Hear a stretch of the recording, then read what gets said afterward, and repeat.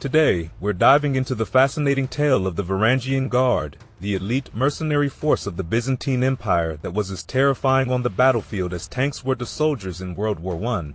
Let's go back to around 988 CE when Emperor Basil II decided to create this formidable unit. Basil II had a rocky start to his reign. In 976 CE, he became emperor, but his early years were marked by a devastating defeat at the hands of Samuel of Bulgaria at Trajan's Gate. This disaster fueled rebellions back home, with ambitious rivals like Bardas Phocas declaring themselves emperors. Desperate for reinforcements, Basil turned to Vladimir I of Kiev, who sent him a force of 6,000 fearsome Rus Vikings. These warriors were not your average soldiers. They were giants wielding long, heavy swords and fearsome double-bladed axes. In exchange for this critical support, Basil offered Vladimir his sister's hand in marriage, a huge gesture that also required Vladimir to convert to Christianity. Vladimir agreed, and his commitment to the faith eventually made him a saint. When the Viking fleet finally arrived in Constantinople, it was an awe-inspiring sight. Picture it, a vast fleet of ships, carrying these towering, battle-hardened warriors.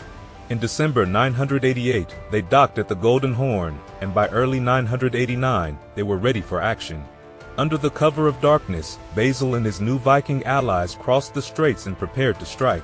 At dawn, they launched a surprise attack on the rebel camp, using Greek fire to create chaos. The rebels, caught off guard, were swiftly overwhelmed by the relentless Viking assault.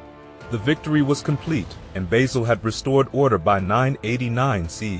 Impressed by their prowess, he made these Vikings his elite shock troops and personal bodyguard, naming them the Varangian Guard, or Men of the Pledge.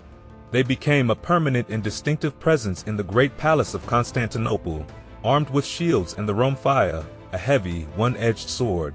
The Varangians weren't just warriors, they were fiercely loyal protectors of the Byzantine emperors. Their services came at a high price, but it was worth it. They even had a unique tradition. Upon the emperor's death, they were allowed to raid the imperial treasury and take as much gold as they could carry, enabling many of them to retire as wealthy men. This perk ensured a steady flow of recruits from both Norse and Anglo-Saxon lands. And now let's dive into the stories of some of their most famous members, starting with Harald Hardrada. Harald Hardrada is perhaps one of the most renowned Varangians. He spent a decade in the service of the Byzantine Emperor, embarking on numerous adventures. One of his notable campaigns was alongside the great Byzantine general George Maniacs in Sicily around 1038 CE, where they successfully captured the cities of Messina and Syracuse. However, Harold's fortunes took a turn in 1042 CE when he was exiled under suspicion of plotting an uprising. Fleeing to Kiev, Harold eventually returned to Norway, where he ruled as King Harald III from 1046 to 1066 CE. His life came to a dramatic end at the Battle of Stamford Bridge in 1066 CE, where he fought and died while attempting to claim the English throne from Harold Godwinson.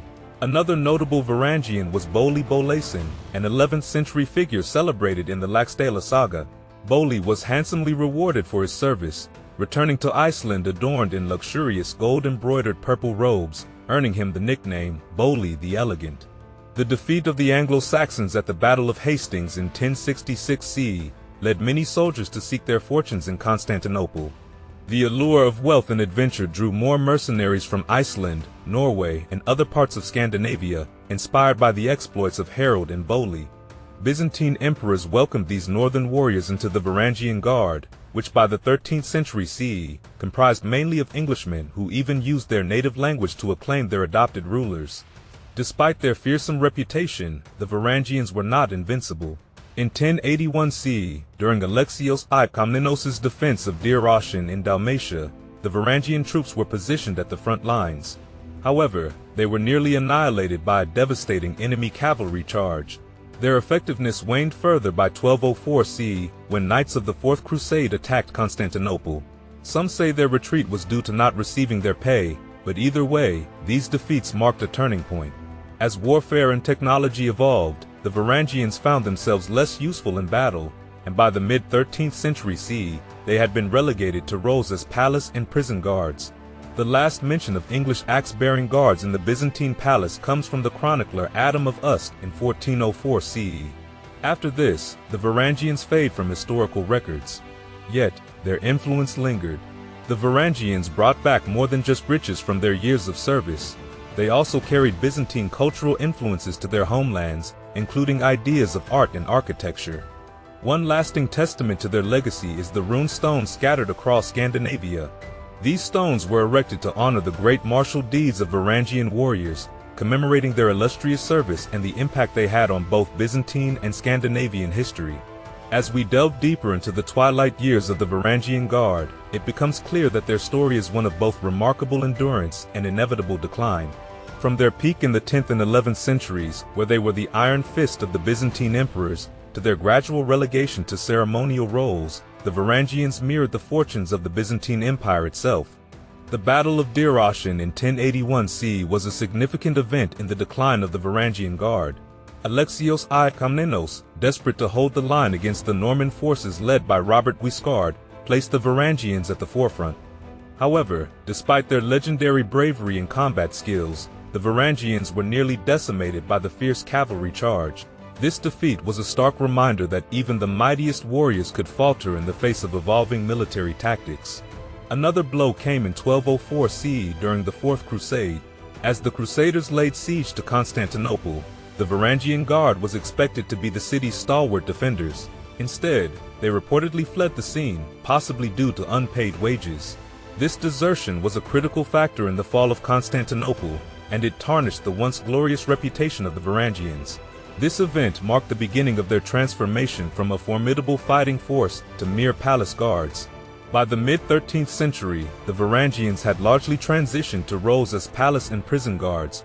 Their primary duty became the protection of the emperor and the imperial family within the great palace of Constantinople. They maintained a ceremonial presence, but their days of battlefield glory were behind them. This shift was not just due to their battlefield losses, but also the changing nature of warfare and the introduction of new military technologies. And the final historical mention of the Varangian Guard comes from Adam of Usk in 1404 CE, who noted the presence of English axe-bearing guards in the Byzantine palace. After this point, the Varangians vanished from the historical record, signaling the end of an era. Their disappearance coincided with the gradual decline of the Byzantine Empire itself, which would eventually fall to the Ottoman Turks in 1453 CE. While the Varangians faded from Byzantine history, their cultural impact endured, especially in their homelands. Returning Varangians brought with them not just wealth but also cultural influences from their years in Constantinople. They introduced Byzantine art, architecture, and religious practices to Scandinavia. The Byzantine cross, for example, became a common motif in Scandinavian art. One of the most enduring legacies of the Varangian Guard is the rune stones scattered across Scandinavia. These stones, often erected by family members, commemorated the great deeds and adventures of Varangian warriors. They are a testament to the high regard in which these warriors were held and provide a tangible link to their storied past. Inscriptions on these stones celebrate the bravery, loyalty, and exploits of Varangian guards, keeping their memory alive for centuries. And the story of the Varangian Guard is a fascinating chapter in the history of both the Byzantine Empire and the Viking Age. They were more than just mercenaries, they were cultural bridges between the Byzantine world and the Norse. Their influence extended beyond the battlefield and left a lasting mark on the art, architecture, and cultural practices of their homelands. Even as their role changed over time, the Varangians remained symbols of loyalty and strength. Their willingness to fight and die for the Byzantine emperors earned them a place of honor in history. The tale of the Varangian Guard reminds us of the dynamic nature of history, where even the mightiest can fall, but their legacy can endure through the ages.